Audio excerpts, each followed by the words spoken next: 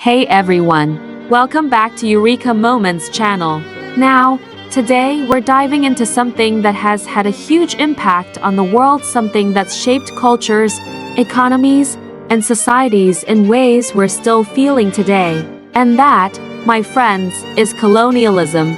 When we think about colonialism, we might picture the old school empire builders in their fancy hats, navigating the globe, claiming lands, and drawing borders on maps. But colonialism wasn't just about some random countries going off to explore and conquer faraway lands. No, it was much more than that, and its effects are still rippling through history, even in the present day.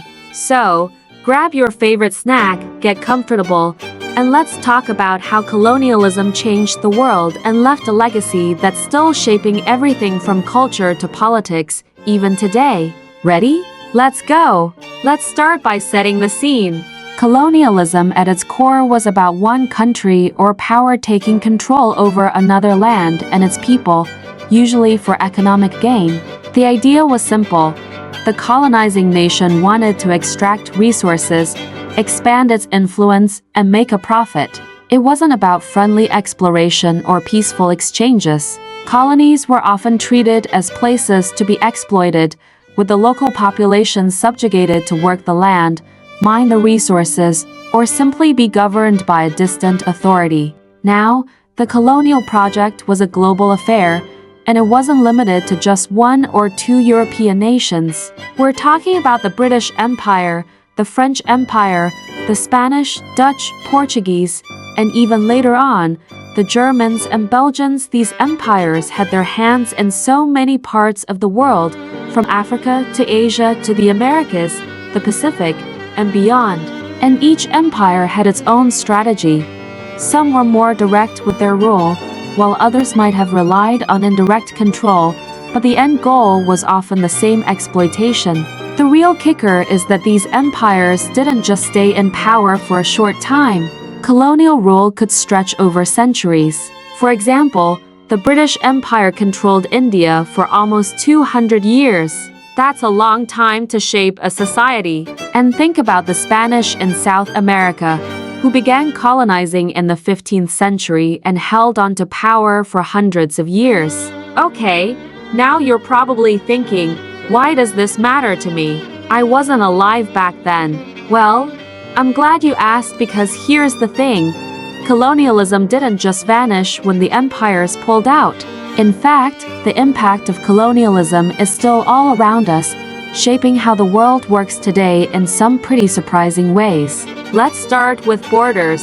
If you've ever looked at a world map, you might notice that the boundaries between countries don't always seem to make sense. Some borders split up ethnic groups, others put completely different groups of people together in one country, and some have led to decades of conflict. Why? Well, those borders were drawn by colonial powers who weren't too concerned about local cultures or communities. They just wanted to carve out territories that made sense for them, often without any thought to the people who already lived there. This is why, for example, in Africa, you have countries like Nigeria, which has over 500 different ethnic groups within its borders. And in the Middle East, you have countries like Iraq, whose borders were created by the British after World War I, grouping together groups with deep historical tensions. When colonial powers left these regions, they didn't just hand over power to the local people, they left behind borders that were often a source of tension and violence. And then, let's talk about the economic impact of colonialism. Colonies were often set up to benefit the colonizing country, which meant that local economies were often restructured to serve the needs of the empire. For instance, when European powers colonized Africa, they didn't develop industries that would help local populations thrive in the long term. Instead, they took the raw materials, gold, diamonds, rubber, and more, and shipped them off to Europe to be turned into finished products. This made Europe wealthy, but left many colonized countries without the infrastructure or economic systems to support themselves once colonial rule ended. Fast forward to today, and we see the lingering effects. Many post-colonial countries are still dealing with issues of underdevelopment, as their economies were built to serve external interests, not internal needs. Even today, countries like those in sub-Saharan Africa and parts of Asia are still trying to find their footing in an economic system that was rigged against them for so long. But the effects of colonialism aren't just economic, they're cultural too. Have you ever thought about the languages we speak or the religions we practice? In many parts of the world, the languages spoken today are a direct result of colonial influence. English, Spanish, Portuguese, and French are spoken by millions of people, but in many cases, they weren't chosen by those who live in these areas. These languages were imposed by colonial powers who wanted to maintain control and communication across vast empires. In countries like India, Kenya, or many parts of Southeast Asia, English is now widely spoken, even though it wasn't the native language of the people there. Similarly, Christianity spread across Africa and Latin America through colonization. Now, you might argue that these cultural exchanges were part of the broader historical process, but it's important to recognize that these were often forced on people. Many of their indigenous languages, cultures, and spiritual practices were suppressed or lost during colonial rule. This cultural impact is something that often gets overlooked. It's easy to forget that people didn't just wake up one day and decide to change their way of life. Colonialism disrupted entire societies, transforming everything from education systems to art, food, and family structures. It shaped how people saw themselves and how they were seen by others, sometimes with devastating consequences. One of the most obvious and brutal aspects of colonialism was the way it treated the people it colonized. Entire populations were subjected to violence, exploitation, and dehumanization.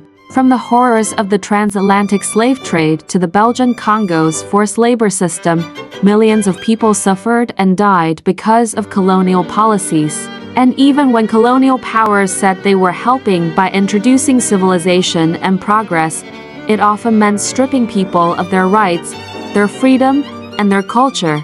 It's also important to acknowledge that many colonial powers relied heavily on racial hierarchies to justify their actions.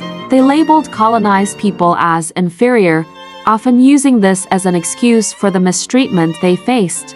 The idea that some races were superior to others was not only a justification for colonial exploitation but also shaped global attitudes for centuries. Even today, racial inequalities and prejudices can be traced back to these colonial legacies. But what happens after colonialism ends? Many former colonies gained independence in the mid-20th century, and it was thought that things would get better. However, the process of decolonization was messy.